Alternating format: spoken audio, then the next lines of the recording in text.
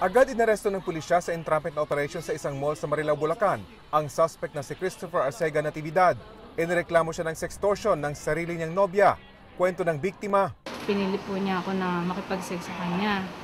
Nung pumapayag po ako, yun nga po, nagkaroon ako nito. Tapos nilagyan po niya ako ng mga face mask. Bukod dyan, palihim pa raw siyang kinuna ng litrato ng suspect habang walang suot na damit. Ito raw ang ginamit ni Natividad para mahingan siya ng 12,000 piso. Hindi ko po alam na pinicturean niya ako. Sinabi niya po sa text na ilalabas niya daw po sa social media at isasend pa raw niya sa hipag ko sa Facebook. Kung hindi ko raw pong ibibigay yung 12,000 na gusto niya.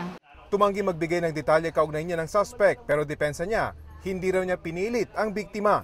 Wala rin daw siyang balak kikilan ng biktima dahil ang perang hiningi niya ay pambayad daw sa cellphone. Para po sa cellphone po na sa akin po na parang bayaran na lang niya. Ninira lang talaga sa akin. Sa kabila niyan, mahaharap pa rin sa kasong rape at robbery extortion si Natividad.